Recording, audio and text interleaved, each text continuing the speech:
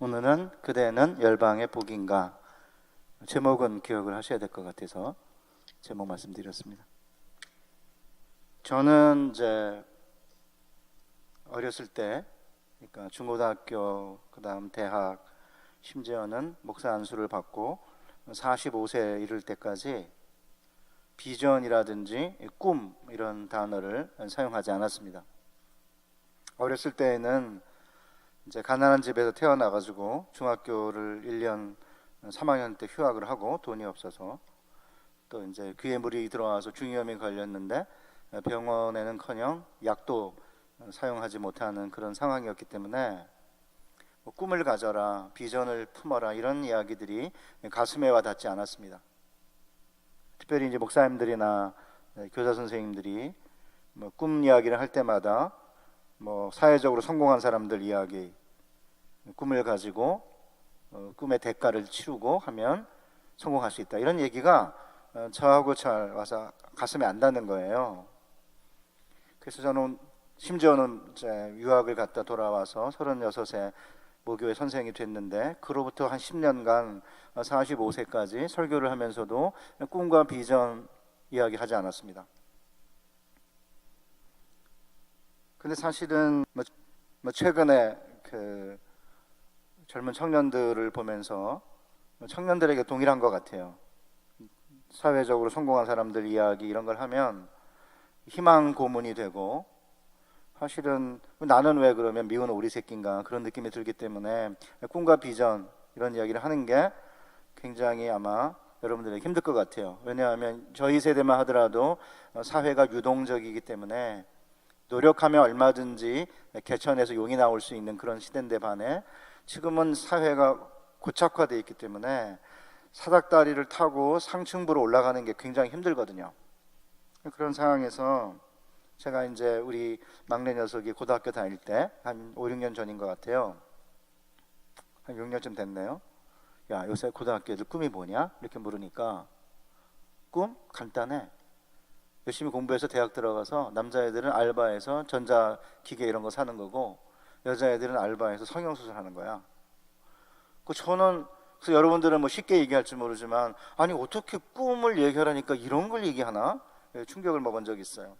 물론 이제 그런 상황에서 아이들에게 꿈과 소원, 희망을 가지라는 이야기는 성공한 사람들 이야기를 하면서 뭐 도움이 되는 건 사실이에요.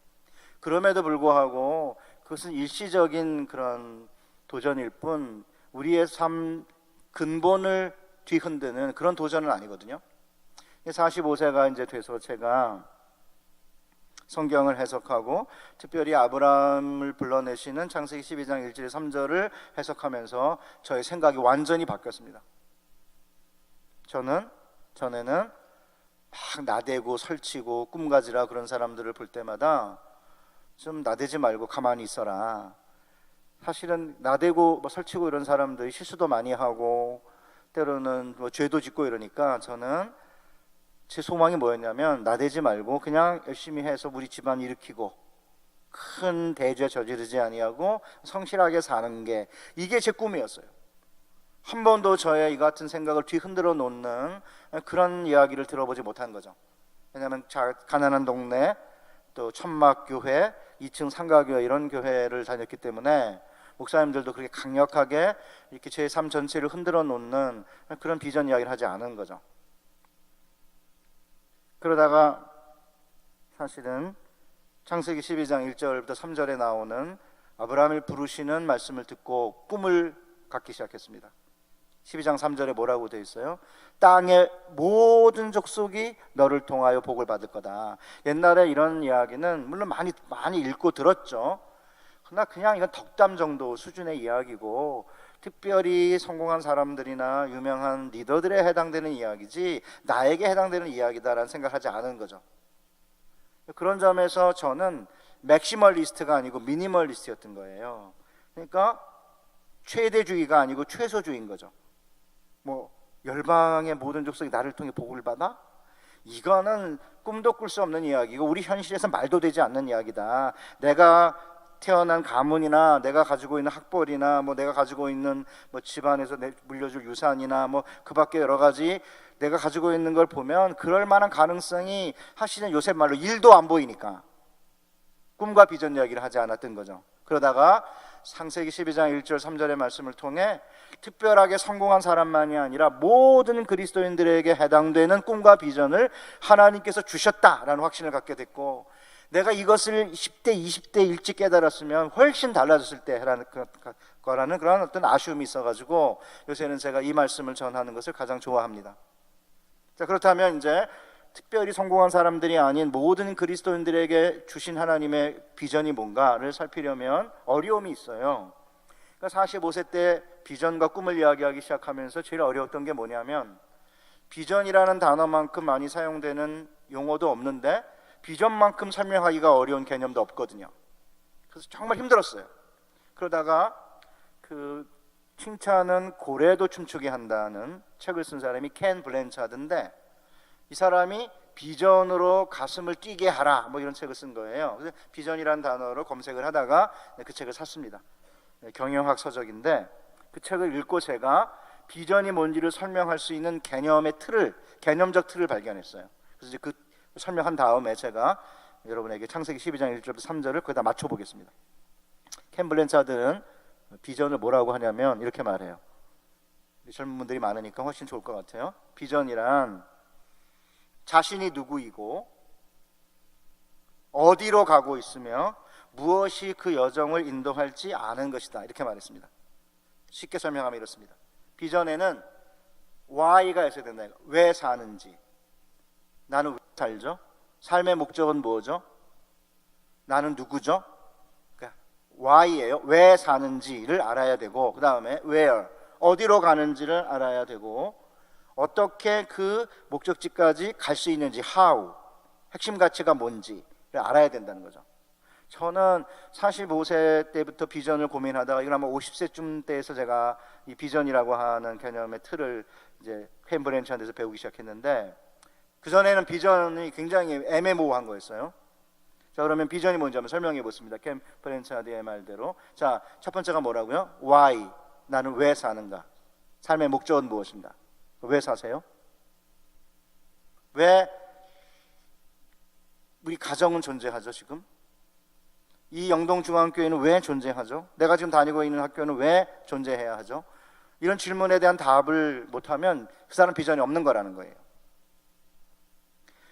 켄 블랜차드는 이론적인 이야기를 구체적으로 설명하기 위해서 디즈니 월드를 예로 들어요. 디즈니 월드의 존재 목적이 뭐냐? 우리는 테마파크 사업 아니에요? 디즈니 월드?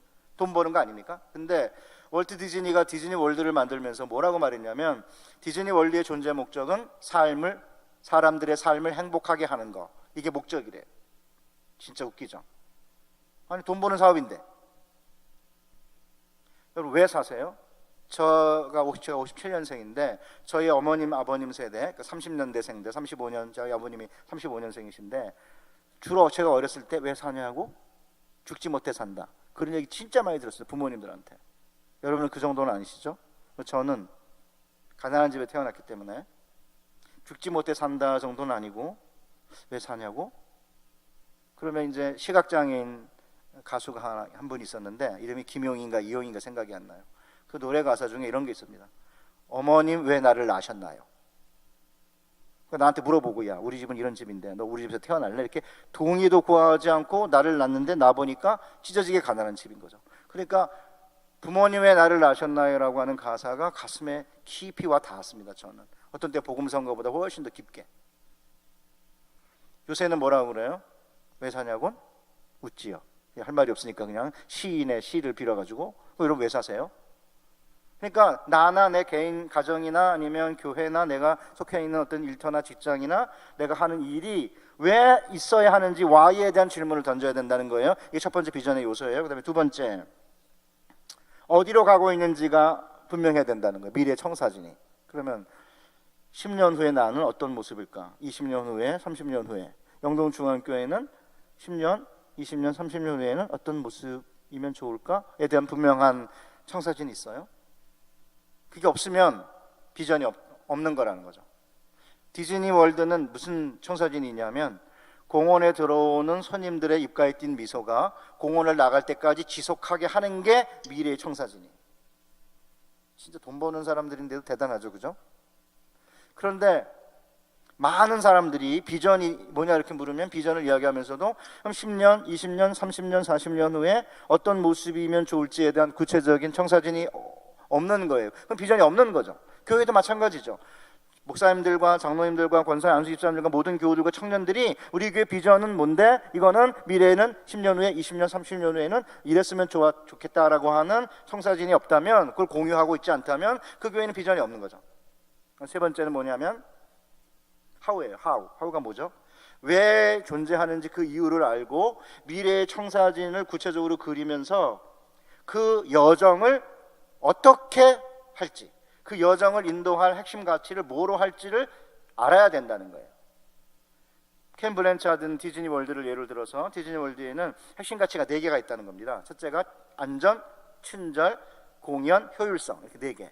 너무 핵심 가치가 많으면 사실은 실제적으로 그 목적지에 도달하기 어렵다는 거예요. 8가지, 10가지가 되면 너무 많으면 딱 4가지, 5가지가 보통 좋다고 그러거든요. 그러면 두 번째가 친절인데, 그러니까 모든 직원들이 근무 수칙에 이 4가지 핵심 가치를 분명하게 적어놓고 그걸 매일같이 염두에 두면서 손님들을 대하면 존재 목적을 달성할 수 있다는 거예요. 사람들을 행복하게 하는.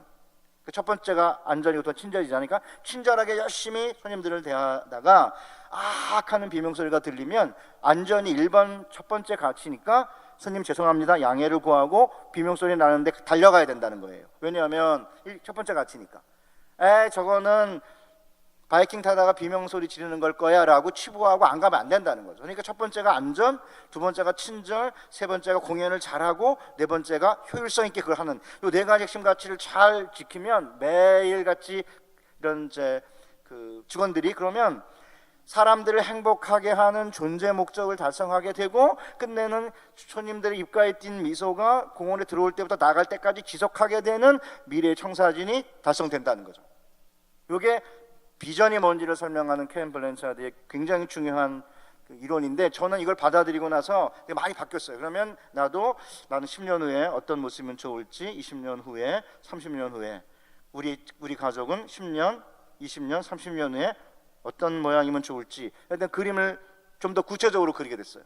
여러분 청년들은 지금 당장은 굉장히 변수가 많으니까 그런 그림이 어렵다고 할 수 있지만, 그래도 그림을 그리고 나가야지. 그렇지 않고 애매모호하게 결혼하게 되겠지, 직장을 얻게 되겠지, 이렇게 해가지고는 이제 사실은 비전을 이야기할 수 없다는 거죠. 근데 문제는 뭐냐면 각자가 하나님 앞에 개별적인 그런 비전을 만들어야 된다는 게 아니에요. 그거는 개인적으로 2차적인 것이고, 오늘 제가 이야기하려고 하는 것은 모든 그리스도인들에게 해당되는 비전을 이야기하는 거예요. 많이 배웠거나 못 배웠거나, 집안이 좋거나 안 좋거나, 사실은 잘생겼거나 못생겼거나 상관없이 모든 그리스도인들에게 해당되는 비전, 그 비전을 하나님께서 아브라함을 통해 우리에게 주셨는데, 그걸 한번 살펴보겠습니다. 창세기 12장 1절에서 3절을 보시면 동사가 3가지 형태가 나와요. 명령형, 미완료형, 완료형, 3가지가 있는데 그거를 제가 확인하면서 읽어보겠습니다. 여호와께서 아브라함에게 이르시되 너는 너의 고향과 친척과 아버지의 집으로부터 떠나라는 동사는 없어요. 원래 내가 내게 보여줄 땅으로 가라, 명령형이에요. 내가 너로 그러면 큰 민족을 이루게 할 것이며, 미완료형, 내가 내게 복을 줄 것이고 내가 내 이름을 창대케 할 것이다. 다 미완료형이에요. 너는 복이 되라, 명령형입니다. Be a blessing, 영어로. 그 다음 너를 축복하는 자를 내가 복을 줄 것이며 너를 저주하는 자를 내가 저주할 것이다. 미완료형이에요. 땅의 모든 족속이 너로 말미암아 복을 얻을 것이라. 이게 완료형이에요. 제가 이렇게 셋으로 나눈 이유는 비전의 3개의 요소가 동사의 3가지 형태랑 딱 맞아요. 자, 한번 설명해 보겠습니다. 하나님께서는 아브라함에게 뭐라고 말씀하셨냐면, 명령형으로 너는 너의 본토 친척 아버지 집으로부터 내가 내게 보여준 땅으로 가라, 그리고 복이 되라. 그러니까 영어로 go, 그 다음 be a blessing, 둘 다 명령형인데, 이게 블랜차드가 이야기하는 비전의 첫 번째 요소, 삶의 목적이에요. 우리가 왜 살아요? 우리가 사는 삶의 이유와 목적은 뭐냐면 본토 친척 아버지 집으로부터 하나님이 지시하는 곳에 가서 거기서 보게 되는 거죠. 저는 오랜 동안 이게 왜 우리의 삶의 목적인지 잘 몰랐어요. 왜? 그리고 특별히 본토 친척 아버지 집으로부터 왜 하나님이 지시하는 곳에 가라고 했는지 그 이유를 알지 못하다가 아브라함의 이야기를 깊이 들여다보는 가운데 어느 날 갑자기 확 저에게 개안의 체험을 하게 한 거예요. 그게 뭐냐면, 여러분 잘 보세요. 어떤 사람이 태어나서 사는 삶을 보면 재앙이죠. 자녀가 부모에게 재앙이고요. 어떤 가정은 부모가 자녀에게 재앙이에요. 어떤 가정은 형제가 자매에게, 자매가 형제에게 재앙인 거죠. 어떤 인간들은 사회의 재앙이죠. 근데 그런 사람들은 그리 많지 않아요. 대부분의 사람들은 본토 친척 아버지 집에만 복이 되는 삶을 살아요. 거의 다 그래요. 사회에서 정말 잘 나가는 사람들, 성공했다는 사람들도 여러분 가만히 보세요. 좋은 대학 나와서 좋은 직장 들어가서 결혼 잘하고 그 다음에 돈 벌고 뭐 집이도 없고 뭐 그런다고 쳐요. 그럼 잘 보세요. 어떻게 사나? 본토, 자기 집, 친척, 아버지 집, 거기만 복이 되는 삶을 사는 거죠.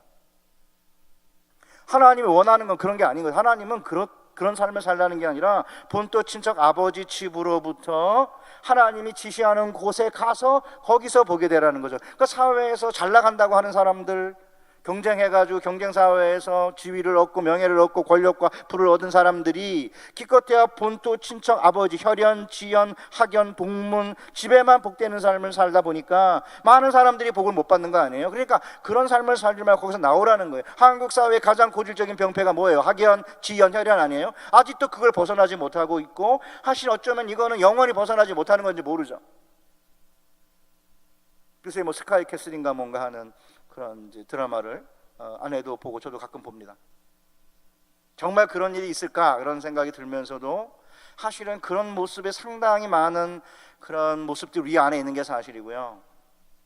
뭐 좋은 대학을 나왔는데도 불구하고 그보다 더 좋은 대학을 나온 이런 명문 가문에서는 뭐 그런 걸 대학이라고 다니냐 뭐 이렇게 뭐 비아냥거리고 그런다니까 뭐 현실인 것 같아요. 상당히 많은 부분은. 혹시 여러분 뭐가 느껴지세요? 그것도 뭐 스카이 캐슬 이래가지고 스카이도 힘든데 캐슬까지 집어넣어가지고 이게 뭐 이런 사회가 있나 이런 느낌이 들지만 실제적으로 비슷한 수준으로 각 계층마다 비슷한 일들이 벌어지고 각자는 자기 수준에서 또 그렇게 놀잖아요. 거기까지 못 올라가도 기껏 잘 살아봤자, 기껏 뭐 이렇게 좋은 직업, 전문 직업, 좋은 학벌을 가지고 있어봤자 기껏 자기 집한테만 보게 되는, 아니 그 나중에는 물론 드라마긴 하지만 거기서 자란 애들이 자살하고 대학 하버드 대학 갔다고 거짓말 치고 하버드 대학을 안 갔는데 그런 일이 벌어지는 거를 이렇게 묘사하고 있잖아요. 여러분 그게 뭐가 보여지세요? 기껏해서 그렇게 해봤자 자기에게도 복이 안 되고 남에게도 복이 안 되고 자기 가정에게도 복이 안 되고, 아니 기껏해야 자기 가족, 아비, 친척 집에만 복이 되는 그런 삶 살지 말고 하나님이 가라는 곳에 가서 복이 되라 이거죠. 그렇게 질문을 딱 던지잖아요. 그러면 눈이 확 깨게 돼요. 왜 그런지 아세요? 한번 보세요. 그러면 자, 집안 별로 안 좋은 분들 뭘 고민해요? 그럼 나오면 되잖아. 그거 왜 고민하고 있어요? 본토 친척 아비지 후진데 왜 거기에 붙어 앉아가지고 뭐라고 거기서 뭘 바를 게 뭐가 없잖아요. 그럼 나오면 되잖아요. 문제는 본토 친척 아버지 집이 좋은 사람들이 문제예요. 그 사람들 나오기 힘들어요. 그거 좋으니까. 근데 거기 있어봤자 기껏해야 본토 친척 아버지 집에만 복되는 삶을 사는 거예요. 아무리 잘 나가도. 그러니까 하나님께서는 우리에게 뭘 요구하는 거냐면 세상에서 복 못 받아가지고 안달하고 복 받기 바라고 복 받은 사람 선망하고 세상에서 잘 나가는 사람 흠모하고 그런 짓 하지 말고 거기서부터 나와서 내가 내게 지시하는 곳으로 가라, 그리고 복이 되라, 그렇게 명하신 거예요. 이걸 삶의 목적으로 받아들이면 무슨 일이 벌어지느냐? 마지막 인생의 끝에 미래의 청사진이 완료형이에요. 미래의 청사진이 뭡니까? 땅의 모든 족속이 너를 통해 복을 받을 것이다. 이게 완료형이에요. 완료형은 원래 과거를 가리키는 이제 형태의 동사인데 여기서는 미래를 가리키는데 완료형이 쓰인 거예요. 물론 히브리어는 완료형이 항상 과거고 미완료형이 항상 미래다 그러진 않아요. 시제가 그래서 없다고 그렇게 말하는 사람도 있어요. 동사의 시제가 없다고 말하는 사람도 있어요. 형태를 가지고 과거나 미래를 이제 보이기 때문에 오해하지 말고. 그래서 학교에서 선생을 하고 있으니까 제가 설명을 해야지 여러분들 이해가 될 것 같아. 좀 설명을 한 거예요. 그런데 미래를 가리킬 땐 주로 미완료형이지만 완료형을 쓸 때가 있는데 이거는 너무나 확신할 때, 하나님의 약속 같은 거는 너무나 확실하기 때문에 미래에 일어날 일이지만 약속하는 순간에 이미 다 끝난 거예요. 이럴 때에는 완료형을 써요. 이걸 학자들은 멋있게 하려고 뭐라고 이름을 붙였어요? 신적 완료형 이렇게 붙어요. 별거 아니에요. 뭐라고 붙여야 되니까 학자들이 뭘 이름을 붙여야 먹고 사니까 거기다가 이제 또 신적 완료형이라고 붙여가지고 굉장히 이렇게 있어 보이게 만들어가지고 또 공부도 하게 만들고 그러는 건데, 그렇다고 무의미한 건 아니고 설명하는 방식이니까. 그러니까 지금 집안도 별로 안 좋고 후지고 뭐 그렇다고 쳐도 거기서 뭐 이렇게 좌절하고 낭망하지 말고, 또 거기가 좋다고 잘난 척하고 남 무시하고 그렇게 살지 말고 거기서부터 나와서 하나님이 가라는 곳에 가서 복이 되라고 하는 그 비전을 받아들이고 순례길을 가면 내 인생의 끝에 땅의 모든 족속이 나를 통해 복을 받게 되는 일이 확실하게 일어난다는 거예요. 그러니까 이런 비전을 여러분들이 이 세상에, 그냥 이 세상의 사람들이 이렇게 열심히 하면 된다, 그게 아니에요. 하나님이라고 하는 강력한 변수가 개입하지 않으면 기껏해야 그것은 열심히 노력하면 된다는 자기 세뇌? 뭐 그렇게 해서 성공한 사람도 있겠지만 끝내 그렇게 해봤자 자기 집에만 복되는 사람이 되는 거지 다른 사람에게 복이 되는 게 아니잖아요. 자, 그러면 저는 옛날에 제가 그랬잖아요. 땅의 모든 족속이 나를 통해 복을 받는다? 야, 이건 덕담 정도지 이게 나한테 일어날 수 있나? 이게 가능하긴 한 거야? 그런 생각을 정말 많이 했어요. 내가 만약에 20대에 이 말씀이 얼마나 소중한 말씀이고 이 말씀이 얼마나 일어날 수 있는 가능성이 확실한 말씀인지를 내가 알았다면 저 달라졌을 거예요. 너무 늦게 깨달았어요. 제가 잘난 척하지 말고 뻐기지 말고 나대지 말고 그냥 우리 집에 그냥 내가 성실하게 해갖고 우리 집 좀 이렇게 살려놓고 그 다음에 큰 일 한다고 떠들고 다니다가 사실은 망신 나가거나 아니면 이상한 짓 하지 말고 큰 데 저지르지 않으면서 성실하게 살면 된다. 여기에만 갇혀 있다 보니까 끝내는 본토 친척 아버지 집에만 복이 되는, 기껏 해봤자 그 정도밖에 안 된 거죠. 제가 이제 우리가 존재하는 삶의 목적은 하나님이 본토 친척 아버지 집으로부터 하나님이 가라는 곳에 가서, 보여주는 곳에 가서 거기서 보게 되는 거다. 그럼 하나님이 가라는 곳이 어디예요? 내가 현재 있는 곳이 하나님이 가라는 곳이에요. 내가 원해서 갔든 어쩔 수 없이 갔든 상관없어요. 그래서 제가 이제 한 7년 전에 총장한테 밑보여가지고, 그때 이사장이군요. 밑보여가지고 갑자기 학기 시작하기 일주일 전에 대학원에서 대학으로 가라는 거예요. 저희는 대학원도 좋거든요. 나이 많은 한 30살 정도의 대학을 졸업한 상당히 성숙한 형제 자매들이니까 뭐 이렇게 밥을 사주면 말을 잘해요. 내가 말할 필요가 없어요. 너무 말을 잘해요. 그 대학에 가면 19살 애들인데 저보고 좋다고 저보고 밥 사주세요 해서 밥을 사줬어요. 근데 아무 말도 안 해. 그 내가 말을 거는 거예요. 아니 밥만 사주면 자기들이 말을 해야지 왜 밥도 사주고 말을 해야 돼요? 그러니까 이게 말을 하다 보니까 뭘 물어보겠어요? 뭐 물어볼 게 없으니까 비전이 뭐냐? 미치는 거잖아요. 그거 묻는 거 제일 싫어하잖아요, 여러분들이. 그 다음에 아버지가 뭐 하시냐, 이건 더 미치는 거잖아요. 그런 거 왜 물어봐, 아버지가 뭐 하시는지. 근데 물어볼 게 없으니까 뭐 대화를 끌고 나가야 되는데 네 취미는 뭐냐, 이렇게 그렇게 하면 또 신상 턴다고 또 뭐라고 그러지.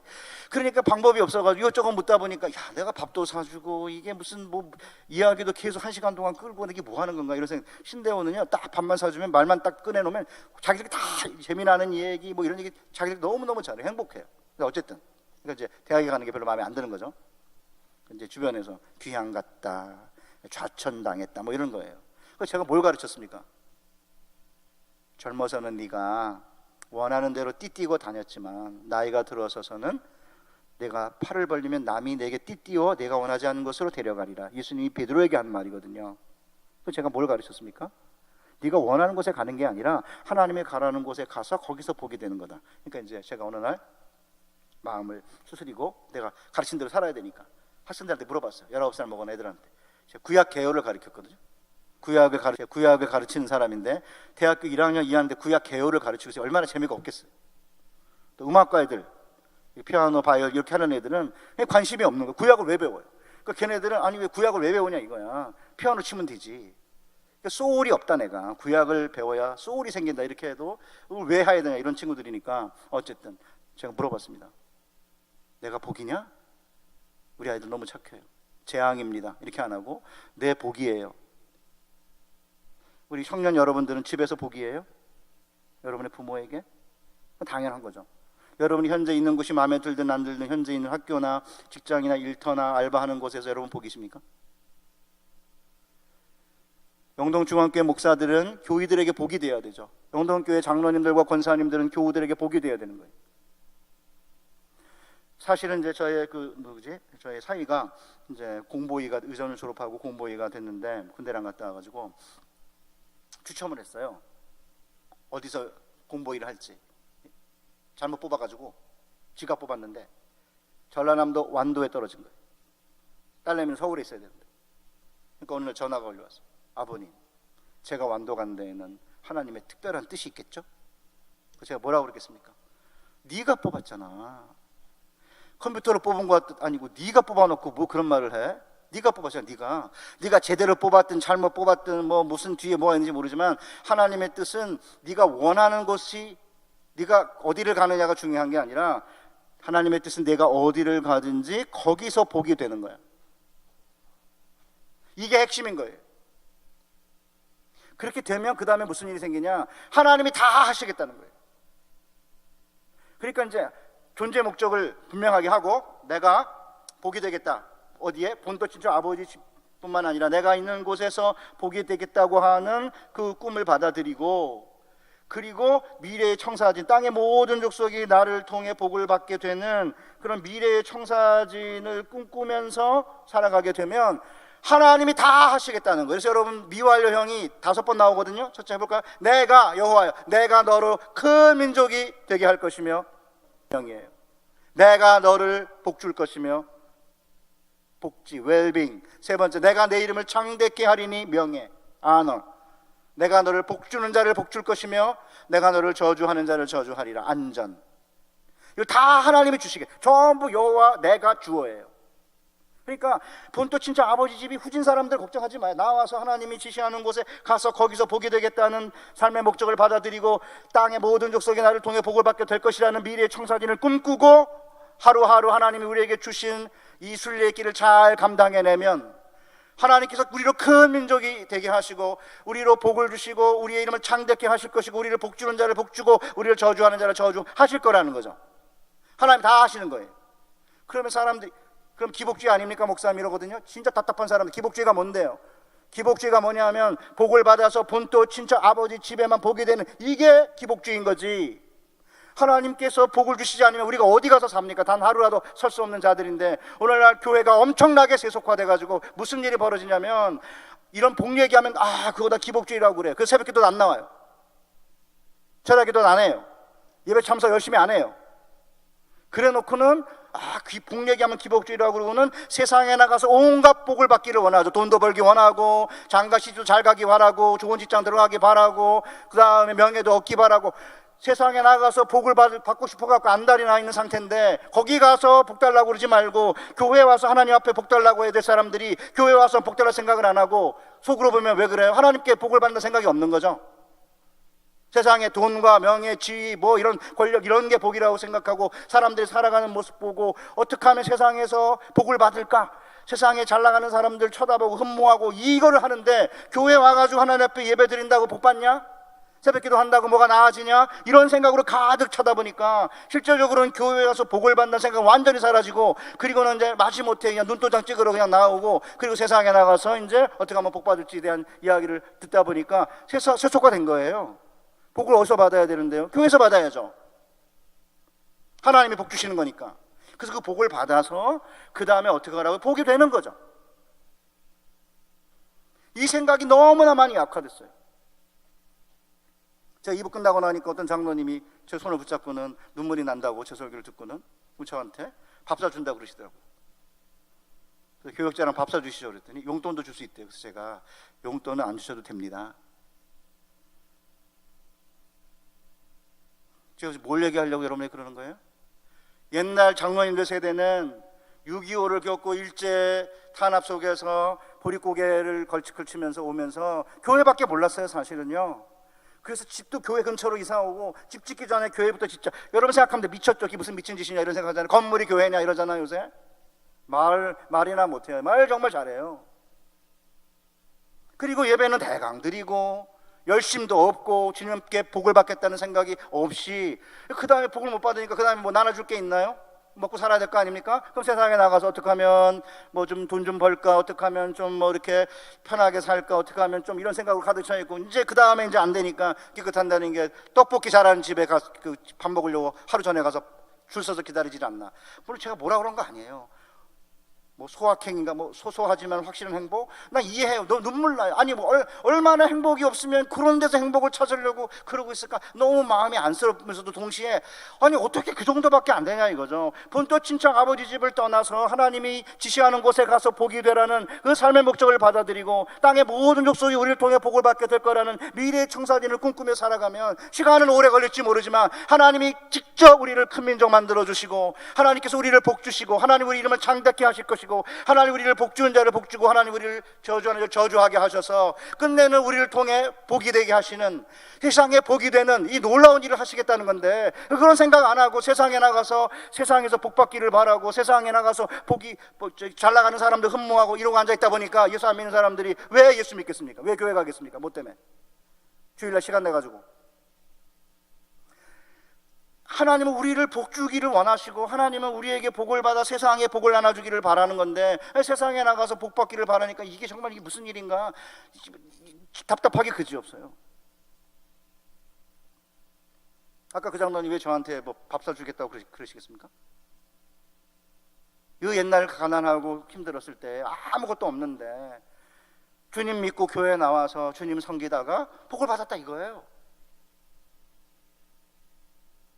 그래서 제가 용돈 줄 필요 없다고 그러니까 성도님이 내가 뭐 용돈 주겠다는 게 아니라 내가 줄 만큼 산다 뭐 그러시더라고요. 그래서 알았습니다. 제가 나중에 교육자는 밥 사주세요 그랬습니다. 나 사주신다니까. 저 시간 바쁘거든요. 그렇지만 사주신다니까 교육자랑 밥 먹을 수 있어요. 얼마든지요. 제가 뭘 얘기하는 겁니까 지금? 굉장히 추상적이고 이론적인 이야기 하지 말자 이거예요. 하나님께서 지금 여기서 우리 삶에 간섭하고 개입하셔서 이런 꿈을 가지고 이런 비전을 가지고 살면 내가 너희들에게 다 해주겠다 이렇게 얘기하고 있는데, 여기 앉아가지고 그런 큰 꿈과 비전을 가지고 세상에 나가 사는 거 아니에요? 요셉을 하나님이 택하셨어요. 제가 지난번에 얘기했는지 모르지만 형들과 아버지 어머니가 저라는 꿈 꿨잖아요. 그런데 일이 확 펼쳐졌습니까? 아닙니다. 형들이 네가 우리 위에 왕노릇 하겠냐고 미워하기 시작하더니 아버지가 돋아내는 형들이 뭔 일인지 알아보라고 이제 보냈더니 그 형들이 보고 야 꿈꾸는 자가 오는구나, 꿈꾸는 자를 죽여서 꿈이 어떻게 되는가 보자. 꿈꾸는 자를 죽이면 꿈이 사라질 줄 알고 죽이려고 했는데 유다랑 이제 첫 번째 루벤이 그러지 말자 이래가지고 이스마엘 상인에게 팔잖아요. 뭐라고 되어 있습니까? 창세 39장 1절에 요셉이 이끌려 애굽으로 내려가매 바로의 신하 시대장 보디발이 그를 그리로 데려간 자의 손에서 산이라. 그리고 바로 뭐라고 되어 있어요? 여호와께서 요셉과 함께 하심으로 그가 형통한 자가 되어. 얼어 죽을 무슨 형통함이에요? 형통한 자가 됐으면 팔려가지 말아야죠. 형들에 의해서 노예로 팔렸는데 하나님 함께 하셨대요. 10년 동안 애굽 바로의 신하 시대장 보디발이 집에 있었습니다. 요셉이 손을 대는 것마다 복 받았습니다. 그러니까 범사에 하나님께서 요셉이 손을 대는 것마다 범사에 복을 받게 하시니까 보디발이 보고 요셉의 손이 대는 것마다 복을 받는 걸 보고 그를 자기의 비서로 삼고 그 다음에 가정 총무로 삼고 다 맡겨요. 10년 그래 10년 동안 요셉은 보디발의 집에 복을 받게 하는 사람이었습니다. 근데 겉으로 보면 노예죠. 여러분의 삶이 지금 노예 같은 삶이라 하더라도 하나님께서 여러분을 통해 다른 사람들에게 복이 되게 하신다면 하나님은 끝내 여러분을 통해 땅의 모든 족속이 복을 받게 하는 일이 벌어지게 하실 거예요. 뭔 일이 벌어집니까? 10년쯤 지났으면 풀어나게 해야 되는데 보디발의 아내가 눈짓하기 시작해요. 너무 잘생겼거든요 요셉이. 동심하자고 그래요. 보자마자 피해요. 같이 있지도 아니해요. 그런데 어느 날 집에 들어갈 때 아무도 없는 거예요. 그래서 이제 동심하자고 그러니까 옷을 손에다 맡기고 바깥으로 도망쳤는데 그 보디발의 아내가 자기 손에 있는 요셉의 옷을 가지고는 성폭행하려고 했던 증거로 삼아가지고 깜빵에 들어가요. 성 유혹을 이겨냈는데 뭐라고 되는지 아십니까? 하나님께서 요셉과 함께 하심으로 그가 형통한 자가 되어 감옥의 간수의 눈에 들었다. 무슨 얼어 죽고 하나님 요셉과 함께 하셨으면 보디발이 눈짓할 때 눈을 확 붙여가지고 못 뜨게 만들어가지고 끝내는 보호하셔야지. 눈짓할 때 가만 내버려 두시고는 이게 무슨 얼어 죽을 형통함이에요? 그리고 들어가서 이제 감옥에서 이제 형통한 자가 됐어요. 바로의 술 맡은 관원장이랑 떡 맡은 관원장이 잘못해가지고 무슨 미움받아서 그런지 감옥에 들어왔는데 꿈꿨는데 요셉이 알아맞히잖아요. 떡 맡은 관원장은 이제 목이 매달려 죽을 거고, 그 다음에 술 맡은 관원장이 복직할 거다. 근데 실제로 그런 일이 일어났어요. 그 술 맡은 관원장이 그러면 바로 끄집어내야 될 거 아니에요. 감옥에서 2년 동안 잊어버려요. 3년 있었어요, 감방에. 바로가 꿈꿨는데 이걸 아무도 알아먹히지 못하니까 그 애굽의 술사들과 마술사들과 이런 애들이, 그러니까 그때서야 술 맡은 관원장이 2년 전에 내 꿈을 알아맡은 자가 하나 있었는데 데려오자 이래가지고 요셉이 10년의 노예 생활과 3년의 감옥 생활 끝에 바로의 꿈을 알아맞추면서 끝내는 요셉이 애굽의 총리 되시는 거 아니에요? 10년의 노예 생활과 3년의 감옥이에요. 그러니까 꿈은 우리가 왕꿈을 꾸지만 실제 우리가 사는 삶의 모습은 종인 거죠. 이거는 뭘 의미해요? 예수님은 왕이세요. 그런데 이 땅에 종의 모습으로 오신 거예요. 그게 우리의 정체성인 거예요. 그러니까 여러분들이 고민할 필요 없어요. 하나님께서 우리를 부르셔가지고 본토 친척 아버지 집을 떠나라, 거기만 복되려고 하는 삶을 살지 말아라, 그리고 어디를 가든지 거기서 보게 되겠다는 이 비전을 받아들이면, 다시 한번 난 너무너무 행복해요. 이 말씀을 전할 때마다 내가 너로 큰 민족을 이루게 할 것이고, 내가 너를 복줄 것이며, 내가 내 이름을 창대케 할 것이고, 내가 너를 복주는 자를 복주고 내가 너를 저주하는 자를 저주할 거다. 이게 일대 만에 일어나는 게 아니에요. 아브라함에게 주셨는데 이삭, 야곱, 요셉 4대 걸렸어요. 그러니까 저는 이 꿈을 제가 꾸기 시작하면서, 제때 제가 45세에 이 꿈을 이야기하기 시작하면서 이제 남은 생일 동안에 이런 이루겠다, 그게 아니에요. 나보다는 내 아들 세대에, 내 아들 딸 세대에 나보다 열방에 더 영향을 미치는 그런 삶을 살 거를 기대해요. 그 다음에 손자들이 아직 안 났어요. 딸내미 결혼한 3년이 넘었는데, 4년 돼갔는데. 그 다음에 증손자가, 그래서 앞으로 4대 후에 어쩌면 내가 열방에 보다는 것보다는 상상하지 못할 만큼 큰 방법으로, 하나님의 놀라우신 방법으로 열방에 보게 되는 삶을 살게 될 것이다. 그런 꿈을 꾸는 거예요. 제가 관에 누웠을 때 저를 아는 사람들이 와서 뭐라고 이야기해 주길 바라요, 여러분? 야, 이 사람 말이야 머리가 좋았어. 이 사람 돈이 많은 사람이야. 그거 바라십니까? 김 목사는 복이었지, 우리한테. 친구들에게 복이고 제자들에게 복이었어. 그 얘기 들어야 되는 거 아닙니까? 돈 많으면 뭐 하는데요? 학벌 좋으면 뭐 할 건데요? 뭐 어쩌라고? 그걸 가지고 하나님께서 열방에 보게 되라고 우리를 부르셨기 때문에, 저는 그래서 집안 안 좋은 사람들 진짜 나오면 돼. 그냥 걱정하지 마요. 왜 집안도 안 좋은데 붙어 있어가지고 안 나오려고 그래? 그럼 나오면 돼. 빨리 나오란 말은 포기하라면 그 말이 아니라, 본토 친척 아버지 집 거기에 이렇게 목매고 집안 별로 안 좋다, 뭐 명문 가문이 아니다, 뭐 유산도 별로, 이런 거 신경 쓰지 말아요. 하나님이 다 주실 건데요. 하나님이 우리를 큰 민족 이루게 하시고 우리를 복 주시고 우리 이름을 창대케 할 것이고 하나님이 다 하실 건데. 그러니까 요셉이 13년 후에 총리 대신 된 다음에 7년 기근이 있을 때, 그부터 한 10년 정도 7년 정도 지났겠죠. 형들이 음식을 구하러 온 거예요. 그걸 딱 보고 뭐 생각해요? 옛날에 자기가 꾼 꿈을 생각해요. 그리고는 약간 정신 차리게 형들을 괴롭히지만 끝내 뭐라고 말하죠? 당신들이 악한 생각으로 나를 이곳에 보냈는지 모르지만 하나님이 모든 걸 선으로 갚으셨다. 그러잖아요. 왜? 하나님이 다 하셨으니까.